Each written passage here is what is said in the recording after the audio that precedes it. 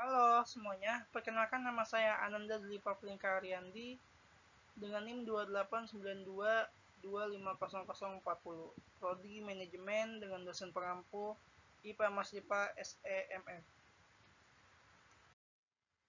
Di sini saya akan mempresentasikan tentang perbankan.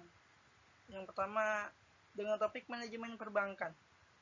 A. Pengertian manajemen bank. Manajemen perbankan adalah ilmu dan seni dalam mengatur kegiatan pengumpulan dana, penyaluran kredit dan pelaksanaan lalu lintas, pembayaran agar efektif mencapai tujuan. Di dalam manajemen perbankan akan dibahas hal-hal yang lebih spesifik, yakni seperti A. Manajemen dana atau disingkat menjadi MDB, dengan fokus analisis meliputi penarikan dan pengumpulan data. B. Manajemen perkreditan bank dengan fokus meliputi penyaluran kredit. C. Manajemen lalu lintas pembayaran dengan fokus analisis tentang pelaksanaan kirim, transport, dan inkaso. D. Manajemen sumber daya manusia dengan fokus analisis tentang masalah sumber daya manusia. Selanjutnya, pertumbuhan ekonomi suatu negara dapat ditandai dengan pertumbuhan industri perbankan yang ada dalam negara tersebut. Semakin berkembang industri perbankan, maka semakin baik pula pertumbuhan ekonomi negara itu sendiri. Salah satu usaha jasa yang menawarkan berbagai kebutuhan masyarakat akan jasa pelayanan keuangan. Maka, usaha jasa perbankan selain mengedepankan profesionalisme dalam pelayanan kepada masyarakat sebagai nasabah, juga harus mengedepankan kepercayaan. Karena dapat dikatakan bahwa industri perbankan adalah merupakan industri yang menjual kepercayaan kepada masyarakat sebagai nasabahnya. Faktor-faktor tersebut yang menjadi dasar pertimbangan masyarakat untuk memilih jasa perbankan, baik secara langsung maupun tidak langsung, dapat membentuk loyalitas pada diri masyarakat akan bank yang dijadikan sebagai pilihan yang dipercayainya. B. Pengertian modal bank. Modal bank dana yang ditempatkan pihak pemegang saham. Pihak pertama pada bank yang memiliki peranan sangat penting sebagai penyerap jika timbul kerugian, atau disebut risk loss. Modal juga merupakan investasi yang dilakukan oleh pemegang saham yang harus selalu berada dalam bank dan tidak ada kewajiban pengembalian atas penggunaannya. Pengertian modal menurut Dahlan Siamat. Modal bank adalah dana yang diinvestasikan oleh pemilik dalam rangka pendirian badan usaha yang dimaksudkan untuk membiayai kegiatan usaha. Bank di samping memenuhi peraturan yang ditetapkan. 1. Modal inti primary capital. Komponen modal inti pada prinsipnya terdiri atas modal disetor dan cadangan-cadangan yang dibentuk dari laba setelah pajak dengan perincian sebagai berikut. A. Modal disetor, yaitu modal yang disetor secara efektif oleh pemiliknya. B. Agiom saham, yaitu selisih lebih setoran modal yang diterima oleh bank sebagai akibat harga saham yang melebihi nilai nominalnya. C.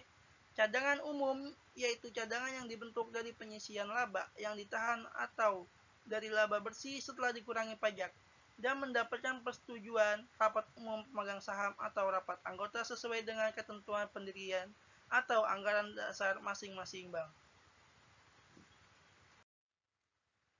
D. Cadangan tujuan, yaitu bagian laba setelah dikurangi yang disisihkan untuk tujuan tertentu dan telah mendapatkan persetujuan rapat untuk pemegang saham atau rapat anggota. E. Laba yang ditahan, retained earnings, yaitu saldo laba bersih setelah dikurangi pajak yang oleh rapat umum pemegang saham atau rapat anggota diputuskan untuk tidak dibagikan. F. Laba tahun lalu, yaitu laba bersih tahun-tahun lalu setelah dikurangi pajak dan belum ditetapkan penggunaannya oleh rapat umum pemegang saham atau rapat anggota. Jumlah laba tahun lalu yang diperhitungkan sebagai modal inti hanya sebesar 50%. Dalam hal bank mempunyai saldo rugi tahun-tahun lalu, maka seluruh kerugian tersebut menjadi faktor pengurangan dari modal inti. G. Laba tahun berjalan, yaitu laba yang diperoleh dalam tahun buku berjalan setelah dikurangi taksiran utang pajak. Jumlah laba tahun buku berjalan yang diperhitungkan sebagai modal inti hanya sebesar 50%. Dalam hal pada tahun berjalan bank mengalami kerugian, maka seluruh kerugian tersebut menjadi faktor pengurangan dari modal inti. H. Bagian kekayaan bersih anak perusahaan yang laporan keuangannya dikonsolidasikan minority interest, yaitu modal inti anak perusahaan setelah dikompensasikan dengan nilai penyertaan bank pada anak perusahaan tersebut.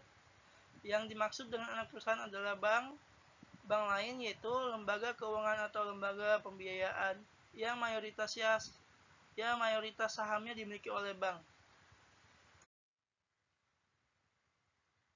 2. Model pelengkap secondary capital. A. Cadangan evaluasi aktiva tetap, yaitu cadangan yang dibentuk dari selisih penilaian kembali aktiva tetap yang telah mendapat persetujuan Direktorat Jenderal Pajak. B. Cadangan penghapusan aktiva yang diklasifikasikan, yaitu cadangan yang dibentuk dengan cara membebani laba rugi tahun berjalan, dengan maksud untuk menampung kerugian yang mungkin timbul sebagai akibat dari tidak diterimanya kembali sebagian atau seluruh aktiva produk. Dalam kategori cadangan ini termasuk cadangan piutang, ragu-ragu, dan cadangan penurunan nilai surat-surat berharga. Jumlah cadangan penghapusan aktiva yang diklasifikasikan yang dapat diperhitungkan adalah maksimum sebesar 1,25% dari jumlah aktiva tertimbang menurut resiko. C. Prosedur penyaluran kredit. A. Gambaran umum. Prosedur pemberian kredit dan penilaian kredit oleh dunia perbankan secara umum antar bank yang satu dengan yang lain tidak jauh berbeda. Yang menjadi perbedaan mungkin hanya terletak dari bagaimana tujuan bank tersebut serta persyaratan yang ditetapkannya dengan pertimbangan masing-masing. B. Prosedur pemberian kredit. Prosedur pemberian dan penilaian kredit oleh perbankan pada umumnya tidak jauh berbeda. Perbedaannya terletak pada persyaratan yang ditetapkan dan pertimbangan masing-masing. Prosedur pemberian kredit adalah sebagai berikut. 1. Pengajuan berkas. Pengajuan proposal kredit hendaklah berisi antara lain A. Latar belakang perusahaan atau kelompok usaha. B. Maksud dan tujuan. C. Besaran kredit dan jangka waktu. D. Cara pengembalian kredit. Dan E. Jaminan kredit. 2. Pemeriksaan berkas-berkas. Untuk mengetahui apakah berkas pinjaman yang diajukan sudah lengkap sesuai persyaratan yang sudah benar. Jika belum lengkap atau cukup, maka nasabah diminta untuk segera melengkapinya, dan apabila sampai batas waktu tertentu nasabah tidak sanggup melengkapi kekurangannya, maka permohonan kreditnya dapat dibatalkan. A. Wawancara merupakan penyelidikan kepada calon peminjam dengan langsung berhadapan dengan calon peminjam. B. On the spot merupakan kegiatan pemeriksaan ke lapangan dengan meninjau berbagai objek yang akan dijadikan usaha atau jaminan. Kemudian hasilnya dicocokkan dengan hasil wawancara. C. Penilaian dan analisis kebutuhan modal merupakan kegiatan yang dilakukan dalam rangka menilai kebutuhan kredit yang sebenarnya. D. Keputusan kredit dalam hal ini adalah menentukan apakah kredit akan diberikan atau ditolak. Jika diterima, maka dipersiapkan administrasinya. D. Tujuan analisis kelayakan. Tujuan analisis kelayakan usaha antara lain sebagai berikut. 1. Mengetahui tingkat keuntungan terhadap alternatif investasi. 2. Mengadakan penilaian terhadap alternatif investasi. 3. Menentukan prioritas investasi sehingga dapat dihindari investasi yang hanya memboroskan sumber daya. E. Keperluan untuk penyusunan studi kelayakan. 1. Untuk setiap permohonan kredit investasi untuk jumlah tertentu, di samping nasabah harus menyampaikan proyek proposal, juga harus menyampaikan feasibility study yang disusun atau dibuat oleh salah satu kantor konsultan yang ditunjuk oleh bank. 2. FS tidak saja diminta pada saat pengajuan kredit baru, tetapi juga untuk kredit-kredit yang sedang berjalan sepanjang bank menilai bahwa atas suatu proyek yang telah mendapat pembiayaan kredit diperlukan FS. Terima kasih.